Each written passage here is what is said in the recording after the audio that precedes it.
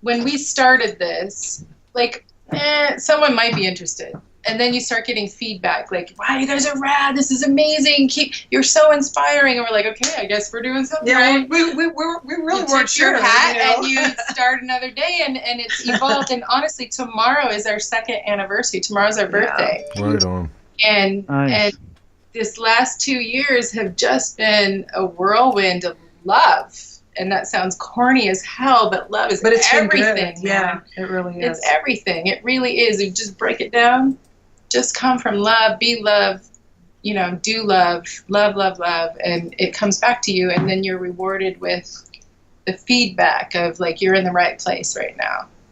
And that being said, I mean, again, realistically, because I know that there, sometimes people are like, oh, this is so corny, but truthfully, it is it's a learning curve. It's a learning curve. I mean, we didn't know what we were going to get into. We had no idea. We just knew that we wanted to do something, and it wasn't about how we were going to get there. We knew we wanted to get there, and we knew that we were going to make the attempt to get there, and the rest we just figured out along the way. And certainly that's not without mistakes and feedback. Yeah, right? based on feedback. Yeah, and what we got from people. The culture wants. People are fucking lonely. Like, I get lonely. I isolate when I'm not feeling my best. I don't want you to feel that. So I hide, right? Like, I know that you look to me for a smile. Sure. And if I don't have a smile that day, I'm in the office with my plants and my dog and you, and you know what I mean? Like, yep. And it's that whole thing about being conscious and responsible for what you're putting out there, and what are you putting on people. It's compassionate leadership. It's all this stuff. I think that's the key too, because if you have that kind of energy and you're conscious of what could be perceived as negative or what you're feeling is negative, and just kind of separating yourself just for a bit, just to kind of regroup, recharge, reinvest, find yourself, whatever it is you need to do, and then go back out there and consciously, with intention, put something positive out. And again, this is not something that, this is not something that always happens. This is not something that's always positive.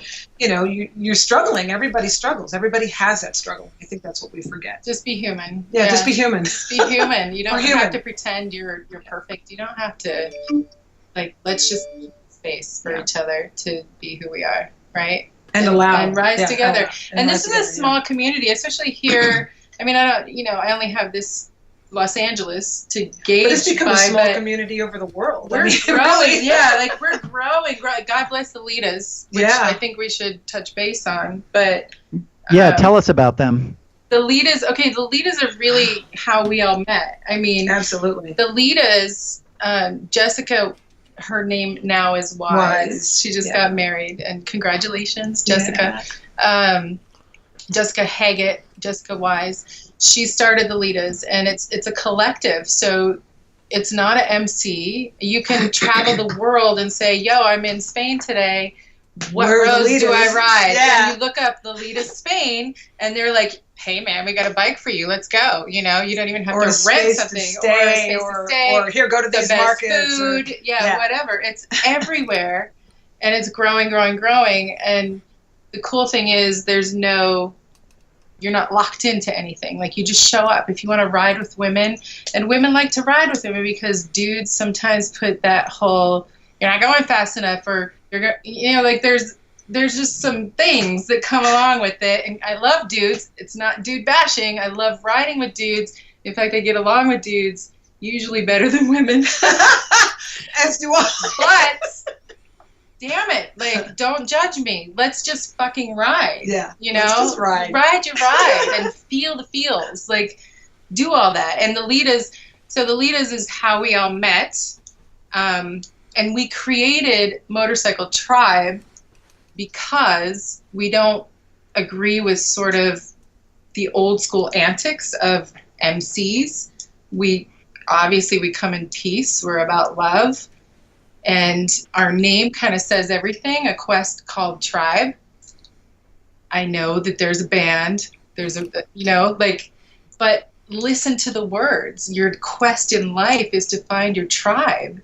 And so we are a tribe. We're a wolf pack. We call ourselves the wolf pack. There's 7 of us in the inner sanctum. And our goal is to find you, to find our tribe. Who are you? And that can cross any kind of lines. Any line. That can cross every kind of line. It's all whether love. it's an one MC love. or not. It's Yeah, it's like a one love. I mean, because even within an MC, there are people that align with each other or feel comfortable with each other, you know. And I mean, to bash MCs. No bashing at all, no. Because, I mean, believe it or not, I mean, we've learned so much from the MCs. The MCs are really kind of, you know, the forefront and the groundwork of all of this. And we wouldn't actually probably be here, the pioneers, you know, the ones that have forged the groundwork before we came along. And I mean, and certainly as far as the guys are concerned, I mean, I certainly wouldn't have the background that I have if it weren't for some amazing men of quality that have taught me some, you know, mechanics, you know, helped me. I actually taught myself how to ride, but once I was on a motorcycle and traveling quite a bit, I learned so much from so many different gentlemen that were kind enough to take the time and sit down and break it down. So I know you all have some sort of announcement, I guess, that you're going to make. Is that real? Is that something that you all can do? We can. Oh, yeah. Talking about all right. The Harley Parade. Okay. Yeah. Well, yes, we're going to be working with a project with Adam Sandoval, actually. Cool. You guys know Adam? You know Adam? I do not know him, but I know of him. Okay.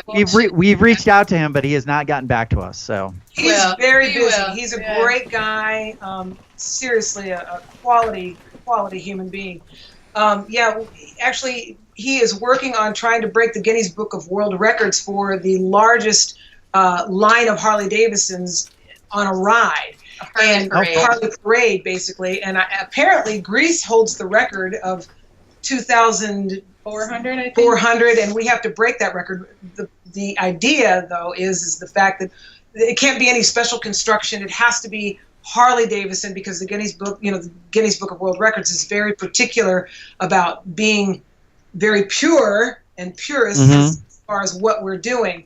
And so Adam has just taken it on and said he wants to shout out to everyone that might want to do this ride and end up in Oklahoma. So he's Adam's calling it Bring It Home.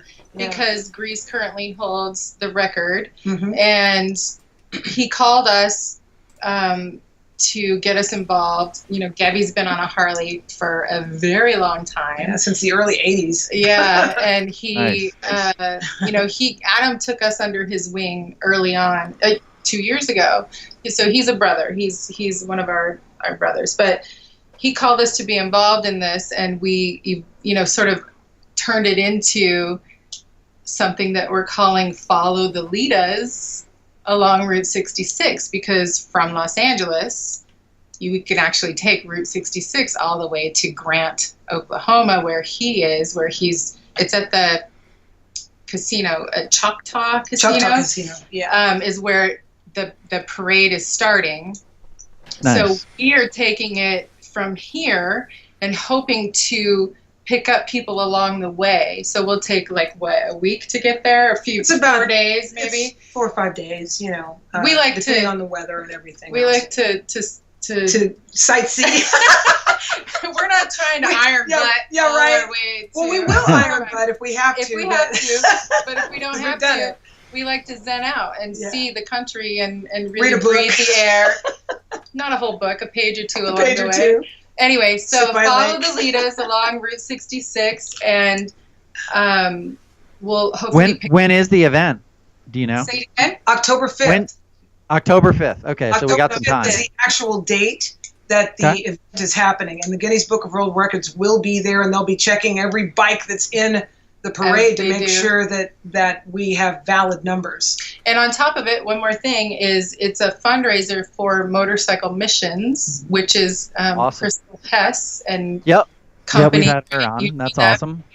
Yeah, and we love her. We met her in Sturgis a couple of years ago, and big fans. And Adam also raises money for veterans and created K River Campground in Oklahoma for veterans. So big things going on over there. A lot of heart, a lot of love.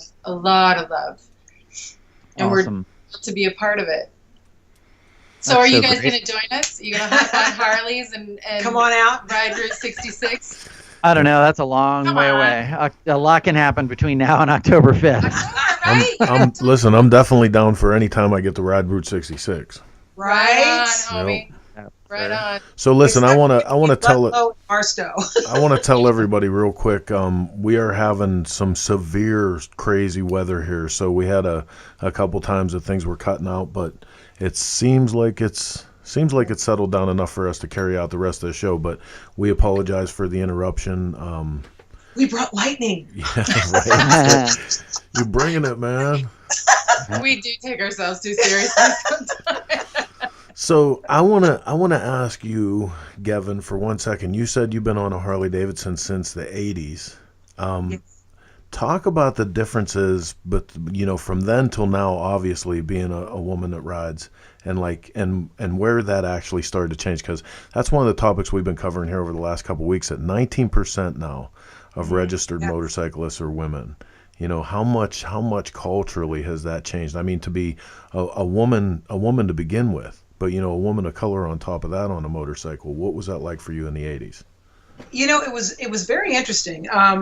Fortunately, I had really great parents that raised me to always put out that positive vibe, and that way I'd get positive back. And 99% of the time I would. But the changes that I've noticed over the years, when I started riding, first of all, I had a lovely group of women that actually rode with me. So I had 3 or 4 girls that would ride with me. So that was nice. But outside of that particular crew, you would not see any other women. I remember going to different places like Ohio or Michigan or Canada, and I would be the only woman, certainly riding by myself, but I'd be the only woman at an event. So I found that very interesting. That was in the early '80s. As time progressed, it was pretty much the same up until about the '90s. And in '95, I think actually early '90s is when things started to shift a bit. And I have to contribute a lot of that to someone like Chris Summer Simmons. That's the wife of Pat Simmons of the Doobie Brothers. Mm-hmm. She had a magazine called Harley Women along with another Joe, fabulous woman. And then, of course, American Woman Motor Scene, which was owned and operated by Courtney Caldwell. So the changes started happening with those women. By 1995, we had Biker Women with the Discovery Channel, which was the first time women had even ever been put in the forefront at all. And I went from going to Sturgis and seeing only 1 or 2 women for every 300 gentlemen that I would see on bikes to 1995 or 96 to seeing maybe 50 guys and at least 2 women. So I've watched this change come over the years. That's been really wonderful. But I have to admit that what really changed everything is once the internet became introduced in it, because that was the first time women were able to actually connect the dots, and we could actually communicate with each other, because before we were separated for a long time. And I think that that's what changed it. I mean, Babes Ride Out, we've got Dream Roll now, we've got the Litas, we've got all of these things that are coming out now that are actually connecting women, Instagram, Facebook, all of these ways that we're able to actually connect with each other, which has not been prior. And that's where I've seen the change. And so I've watched it go from 0 or 1 or 2 in every 300 to 1 in every 5. And Babes Ride Out was really what started it all. It really did. That's how it changed everything. It changed my life. Can we talk about that for a second? Babes So Ride Out was a big deal. Because I have never been to the Babes Ride Out. Can you tell us what's the difference between that and just like the show you're going to this weekend? Like the one show up in Portland. Huge difference. Yeah, huge difference. Huge, night and day. Yeah, Babes is actually the collective of women, and it gives women a forum where they can kind of be with themselves and just kind of feel ourselves, find out who we are and not really be intimidated, because the guys, they've been in this industry for so long. You guys can be a little intimidating to, especially beginning riders. You have to go faster. You have to go. But what a lot of men don't realize is that we have a smaller frame, so there are things that we have to do completely differently as opposed to how you do it. Like we have to lift a bike differently than you do. We have to ride a bike differently than you do. We have to be in the bike as opposed to on top of the bike with a lower center of gravity, because we don't have the upper body strength. Even a very strong female, I have a lot of upper body strength, but there are things that I have to do. See the guns? Go ahead, girl. Go ahead. I have to think differently as opposed to a man. I have to really work on my technique in order to ride or back the bike up or do these other things, because we're riding bikes that are as big as what you're riding. Yeah. But our frame is half or a quarter of the size And of yours. just shaped differently. But But babes, also, where else are you going to find 1,500 women in one place that, we help each other. We teach that we're kind of becoming known for teaching the younger girls, the newer generation, and God bless them. Like, I started riding at 5 years old, so I don't know what it would be like to be 20 something and take on that task. Like, I don't know anything else. So I look at these girls in like this awe, like, you're doing it. Yes, you're doing it. It's awesome. My daughter included. My daughter wouldn't start until she was in her 20s, and it just blows my mind. It just so all these women coming together, supporting each other, and not only that, we've got Jessie Combs, who's teaching welding, and her business partner Teresa, who's teaching pinstriping, and we've got iron forging, and like all this fucking girl power that just bike builders. It's just amazing. Yeah. It's just amazing, and it might sound corny to dudes, but it's a powerful weekend. It really is. You come out feeling charged and ready to take on the world, and your bike soul connected, right? Like Absolutely. you just supercharged yourself. It's like all your chakras aligned, and here we go, take on the year. Like, can't wait till October again. You can't wait, right? It actually gives us a safe space to make those mistakes. Ask dumb questions. Drop your bike. Well, they're not dumb, but they're not dumb, but some people may feel that they're dumb questions because they're a question that might be simple to some people. But the bottom line is that it allows a safe, comfortable space for women to ask questions that they might not feel comfortable asking in a forum that is dominated by men, because you are so much further advanced, especially just like even with the bike building thing. It's a man's world. Yeah. We're bike builders as well. We have fewer than you do, but you've been in the game much longer, and we're still learning, and even our top bike builders are still learning, and we're still learning from you. But those questions that we want to feel comfortable asking, we would feel probably more comfortable asking in a forum where there are women like ourselves that are making those same mistakes. And then we take the step and be courageous enough to ask, a guy, hey, well, what does this mean, or what exactly does this mean? Did you think you were going to get a simple answer there? I know, really. No. I just think it's really interesting because it is such a, I called Chris from an undisclosed location that is one of those kind of yearly gatherings of motorcycle people. I literally got off my bike and I called him and I was like, dude, I just want to go home. I fucking hate this. Because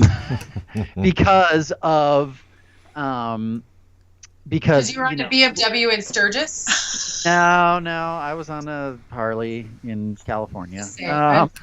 There's plenty of good in Sturgis, especially from the top of Bear Butte. You can't see any of the stupid. Oh yeah, for sure. I mean, and I think that's the key is that, typically those things are all about me, right? Like I'm just like being self-conscious instead of trying to figure out like where can I find my place in this, right? And instead of trying to find the positivity and the people that I want to hang out with, and then I did. I went and saw Kiwi Mike and hung out with Brian McQuiston and a couple other people, and it was great, but at the time, I think it's really easy to get into that mindset of like, and I know this sounds ridiculous to people who, one of those is like what their vacation is for the year, but when it's what you do for a living, sometimes it's really difficult to get in that mind frame of like, okay, let me see how I can find the good in this, and yes. I think that's really the piece that, and like Chris said, I mean, we make a point to go and hike Bear Butte every year because that is with, going to Sturgis and not doing that for us is like, it's not an option. That's what Good happens. for you. That's rad. Yeah. They're viewed as one of the most spiritual places in South Dakota. Yep. Oh, yeah. Yep. So I That's mean, our the fact thing, that you man. take time out to do that is extremely important. I mean, we do the same. We tip our hat. Yeah, to we you. really do, because for me, going to Sturgis every year, it's always been about going to powwow. It's been going to sweat. It's been going to meet my Lakota family, and spiritual quests. Yeah. I mean, and it's about finding that grounding, for a moment. So, of course, it is all about the hype of Sturgis, but there is also that flip side to finding that spiritual place where you get grounded. That's the cool thing about Sturgis. You can really find whatever you're looking for. Just set your intention, right? Yeah, it's a little different than Daytona. Oh yeah, Daytona is quite different. Yeah, it is. I love Daytona, but it's just it's a different deal for sure. But again, I have to go back to, as much as I dig everything you guys are saying about finding your tribe, and that's the most important thing. A lot of the reason why so many of us end up in a nomadic lifestyle is because to find those like-minded people and to find our tribe, you travel to do that. You're not likely going to find them within your home radius, But Like community on the road. Yeah. at the same time, there's as much value, sometimes more, to be had in isolative experience. Like, Absolutely. I rode the entire Alaskan highway one time by myself, completely by myself. Came down through the Denali National Forest completely by myself, and that was some of the most clearing. Like, I would like to believe that was at a time where I was at a precipice in my life, and I decided who I was going to be for the rest of my life on that trip. Yeah. Absolutely. I'm very familiar with that as well, and Tana is as well. For years I would travel to Sturgis alone, and people would be like, "Oh, what, You asked what the alone?" definition of badass is? I don't know about that. It's up right here.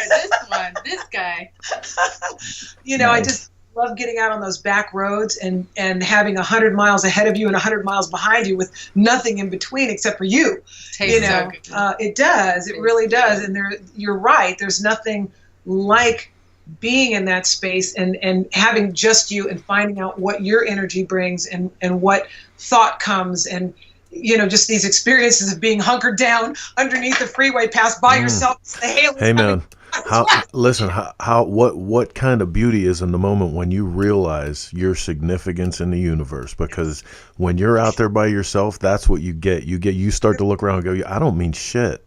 Right?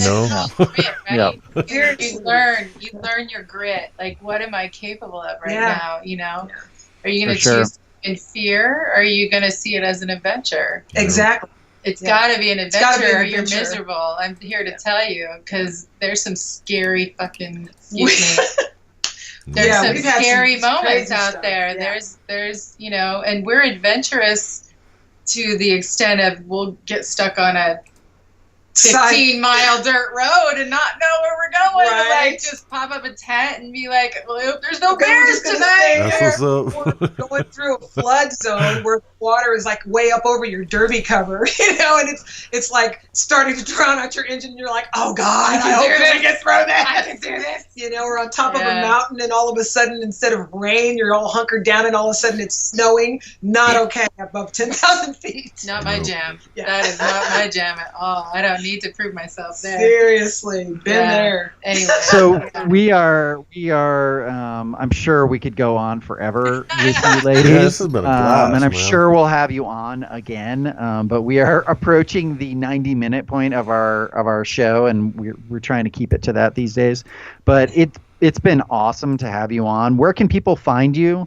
And I think what I'm probably going to do is I'm probably going to end up doing a because I don't know that the audio is going to come out for this, so I might end up doing just a straight up podcast with the two of you. I'll be able to put most of this together, actually. Okay. Yeah. So. But where can people find you? And what's a good next step for people? Should we give them Quest Instagram? Yeah, give them Quest Instagram. We can give So them our personal Instagram. I feel like we have the biggest pulse right now on Instagram. It's a quest called Tribe with a period between each word, because some dude in London who posts pictures of bongs all the time has our name. We'd love to have it, dude, if you're like sleeping and not using it. Anyway, a period quest period. Yeah, you get the idea. And then from there, there's also the link to our website. And our website, we will be posting all of the upcoming details, our calendar. Gevin, as you know, is a badass. She performs, she sings, she has a bunch of upcoming dates that are not totally locked in yet. So look to our website for all of that, for the Adam Sandoval stuff, the motorcycle missions, everything. And it's going to be a really amazing year. We have a lot on the calendar this year. So go find us on Instagram first, and then head to our website for the fine details, the fine print, right? Yeah. And then, of course, there's our personal pages. But for the most part, we live this, right? Like, you can get it through Instagram, Facebook, all of it. Awesome. Well, we really appreciate you all taking the time to come on, and I look forward to seeing you sometime soon. Who knows when, but I'm sure we'll meet face to face at some point. Maybe at the top of Bear Butte in Sturgis. Yeah, you never know. Top of Bear Butte sounds awesome. That's amazing. That's a date. But don't you guys have like a quail? Yeah, I'm doing the Quail. Why We Ride to the Quail, but it sold out before Chris and Heather could get tickets, so they're not going. Oh, Chris, we might crash it. yo, Chris, we'll crash it with you. All right, we'll do the chopper thing. I was just talking to a friend today that has done this with you, Ken, who's actually been interviewed by you at that event, and she was like, you have to get in. And I was like, well, we're going to be on the air tonight, so we'll put it. Request. I could maybe put in a good word for you. There you What's go. that? What'd you say? I said I could maybe put in a good word for you. Nice. There it is. Right on. Thanks for having us, you guys. No, yeah, absolutely. It's been a real blast talking to you, and a awesome. great amount of energy. Thank you. Yeah, thanks a lot. Right on. We look forward to more.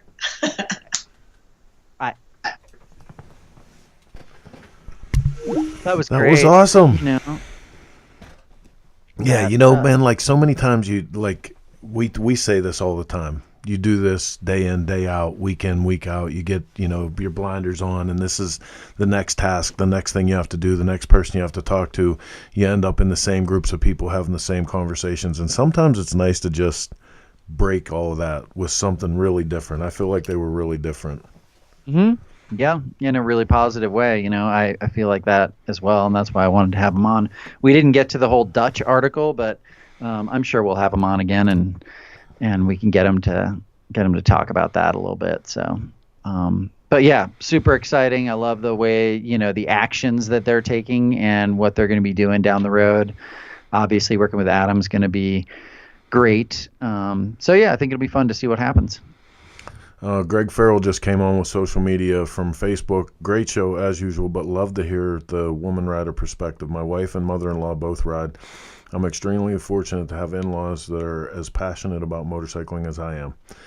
And man, that's the thing we're talking about here over and over again. When we're talking about these industry statistics and the outreach programs that are going on, the new models and the discovery and the investigation, people are looking for a way to continue this motorcycle lifestyle thing.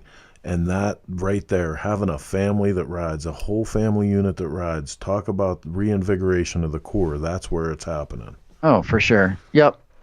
Yeah, I mean, I think women riding is going to be the biggest thing that can happen. And, Robert Pandya preaches this all the time, is that, getting women to ride is the way to get more people to ride. You get mom to ride, kids are going to ride. So we got a couple more news pieces we can take a look at here. Sure. I do one more time. I want to apologize to everybody. There's crazy storms in the Pittsburgh, Pennsylvania area tonight, and it did take us off of the air for a minute. But I like to believe our technology is beyond that. Unfortunately, once it plugs into the wall, I have lost control. Uh-huh. Other than that, that's the I know. I best saw can everything do. go blank. I'm like, oops. Fuck. Yeah. So, next item up in the news. If you ever wondered when you're doing your little Instagram thing and it pops up, hey, stolen bike, and everybody's sharing it around, and you're like, I wonder if this shit actually ever does anything. A couple guys in Charleston, South Carolina this evening know that does prove to be effective because they were riding around with a little over $150,000 in stolen motorcycles in a trailer. And it was a social media enslave that put that to an end. They identified the trailer, identified the trailer was stolen, and got the police involved, and the owner gets his motorcycles back. So there's your proof. There's your proof. Good people in the world and social media actually for something more than killing a couple minutes on the toilet. Nice. That's great. There is a bill, this out of New Jersey from, let's see, I don't know where I got this from, but I had to grab it real quick because it's the only real motorcycle legislation that's been going on for a while here. Out of Trenton, New Jersey, new bill out to allow out-of-state members of the military spouses and those of their dependents to receive motorcycle endorsement for their valid New Jersey driver's license. This is, not crazy big news, but it's just making it easier for military men and women to get a motorcycle endorsement while they're serving and not have to go through a bunch of extra bullshit. Yeah, it's like common sense. Like, why don't we just have like a button that's like, hey, we're just going to do the common sense thing here. Smart. Let's be smart. Yeah. We is smart. We is smart. Yeah. Jawa. There's a name that you don't hear all Yeah. the time unless you're talking about Sure. antique and vintage motorcycles. Apparently last year, Jawa made quite a comeback, launched 2 retro classic motorcycles. However, the bike that we're here to talk about today was present at that launch. No one ever talked about what was going to happen with that. It's now been announced that bike, whose name is the Pirac, will be available later this year. Pictured right now, it's a... Only in India. Right. It's not going to be available anywhere else. Hey, but we know a couple guys, right? We can get one of them out of there. It's got a 293 motor in it. Is that right? Yeah. Oh, no, it's 334 cc's. You're not tearing down the highway with that, but it is kind of a neat bike. And I don't know how many 1.89 lakh is. Like I said, Jawa is a name that you see once every great once in a while in the vintage motorcycle thing. So I never even realized that they were still making bikes. You know what's funny about that is I actually tagged Jeff Decker in a Jawa Speedway bike that I just saw that was for sale. Yeah. Out of Denver. Yeah. I was like, hey, you might like this, Jeff. So also from the vintage motorcycle realm, Royal Enfield, still swinging the bat. This is they're swinging hard. It seems like it's bobber season, Ken. Everybody wants to do a bobber this year. It's want to be an Indian Scout and want to be a Triumph Bobber season. This one is trying real hard to be an Indian Scout. Just the tank specifically, and this part back by the oil tank. Yeah, Yep. It just I'm not sure what's going on with that rear fender. But it doesn't really matter if the price point is something that is reasonable. I'm all about it. Like if Royal Enfield are going to be the ones that get more people out on motorcycles and more people buying new motorcycles, if they're going to be the Kia of motorcycles, go for it, man. Because I know a lot of people that drive a lot of Kias and they love them. And I don't give a shit. Like people are getting around on them. I think that's great. So. But I do love the power plant of the Enfield, like the way that it looks. It's got that like old school feel to it, whereas a lot of the other bikes out there have kind of like a faux feel of vintage. Like this feels a lot more authentic to me. Hey, Chris Moose is on. Oh, cool. What's up, Moose? Yeah, he was doing motorcycle mission stuff. We were just talking about you guys. Yeah, we were. So, Nick. Did Moose tell you how I answered the call the other day? No. I called. I said, "Are you always a pain in the ass?" Oh my God! So and he readily agreed. Nick, I'm sorry I can't read your last name, says, Chris, how about X's Show Awards? I'm assuming you mean Xavier, and the fact that Xavier not only took best, it was like old school or something at the Easy Rider show in Texas, then he got brought along to the Invitational where he won his class there and then took Bike of the Year. So yeah, big congratulations out to our boy Xavier. Killer motorcycle. Absolutely cool. I said yes just for you, Blondie. I really want to pull back the curtain on that, Chris, but I'm not going to. Chris Moose. So one day,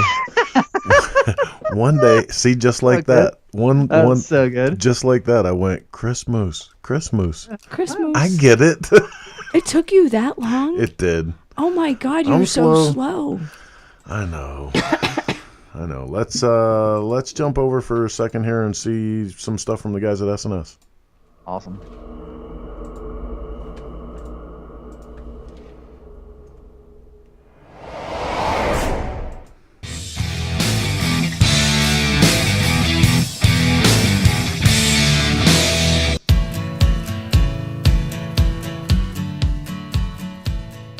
Hey everybody, this is Todd from SNS Cycle. Every exhaust system we sell meets the SAE J2825 standard for noise.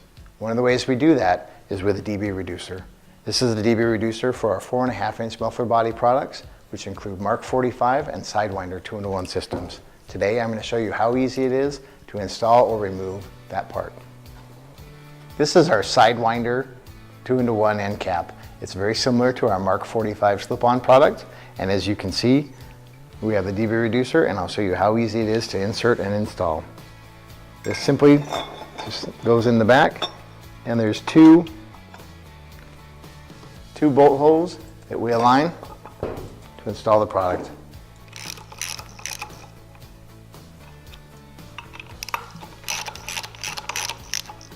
With the dB reducer installed, the sound level is 96 dB at 2000 RPM and 92 dB at idle, from 20 inches away using a sound meter.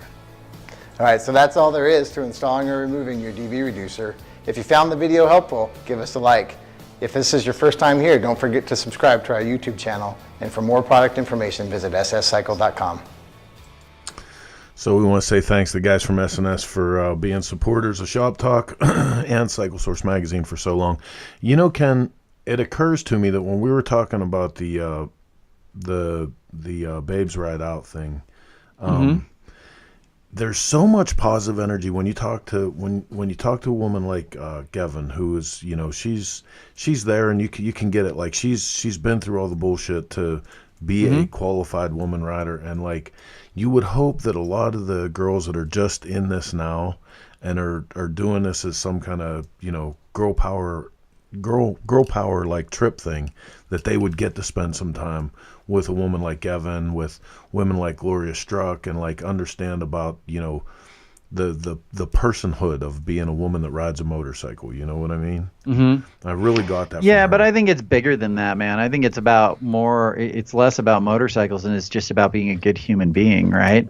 I mean, I think that's part of what, you know, people can take this any way that you want, attracted you and I to each other, right? I mean, there's a certain amount of like that brotherhood and understanding that you and I can have like some pretty serious conversations about shit that's, you know, we're not going to talk about on the air. No, but that's what I'm saying. It's not because of motorcycles, though. It's not because of motorcycles. It's also not because you're a man or any of your background or your financial situation or anything else. And it's that's just kind of what I was trying to get to, is like, how do we have something like that? And you know, maybe there are those, you know, events out there.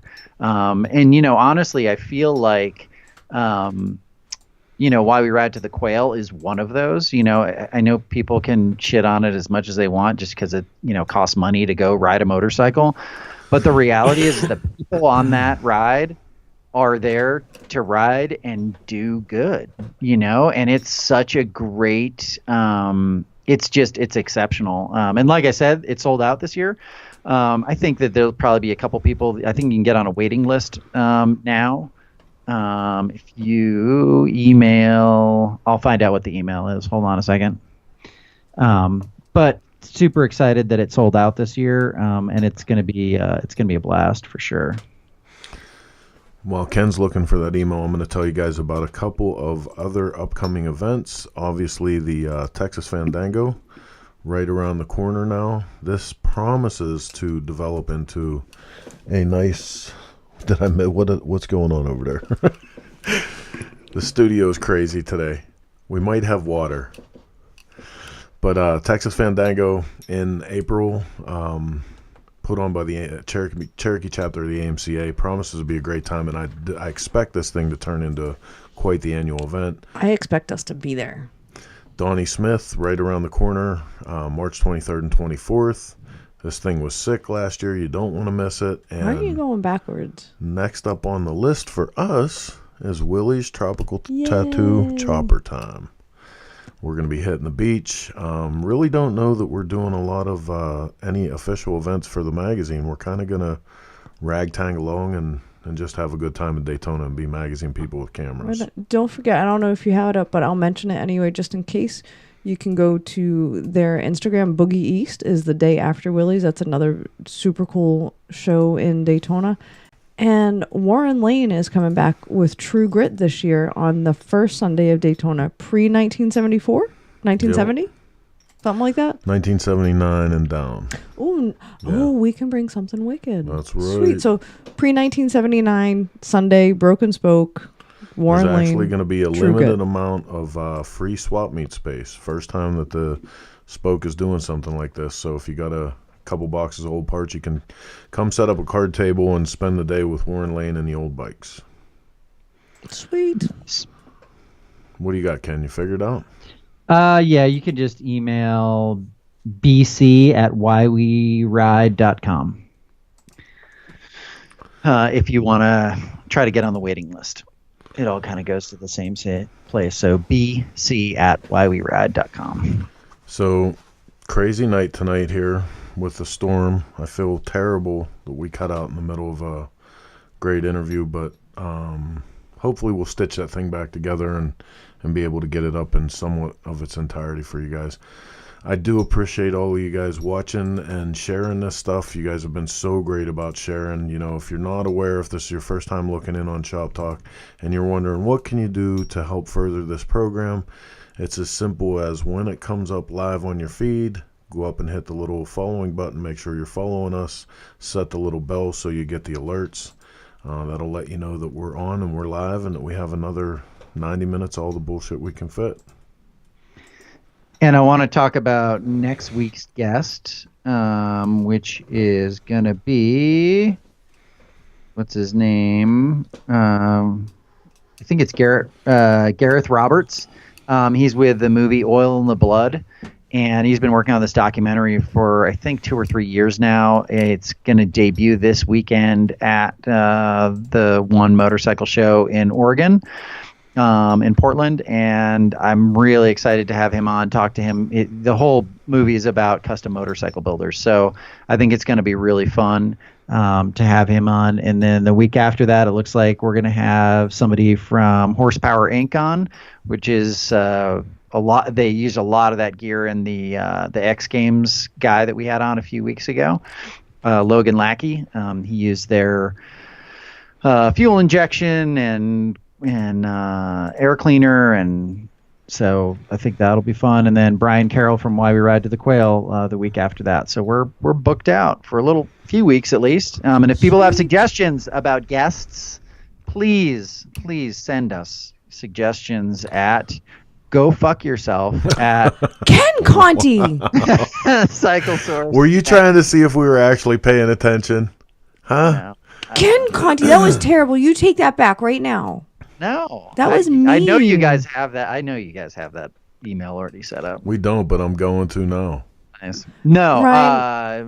Yeah, just Ryan McQuiston, someone should do an interview with Pat Leahy. Listen, I want to get with you about that. Not only would we like to have Pat on the show here, but I'd like to do a long form podcast with Pat because he'd be a great conversation. Yeah, that'd be rad. Set it up, Ryan. Another one, someone said that they were, that was Ryan too, said he was in Keith's shop today, or Keith was there. And I know you guys were either the both of you or one or the other was with Ryan McCluskey or Micah McCloskey today. And that was yesterday. Mike is going to be in the in the magazine this month, and he's another one I want to get a long form podcast interview with. Nice. That's great. So, super excited. So Greg Farrell said real quick, attempted to meet you guys at Willie's during Biketoberfest, but you guys have a big following.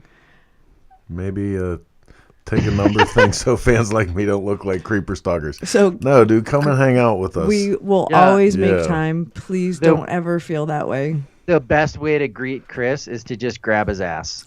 That's that's the common. Just make sure I have my camera. What's that? Oh, I said just make sure I have my camera.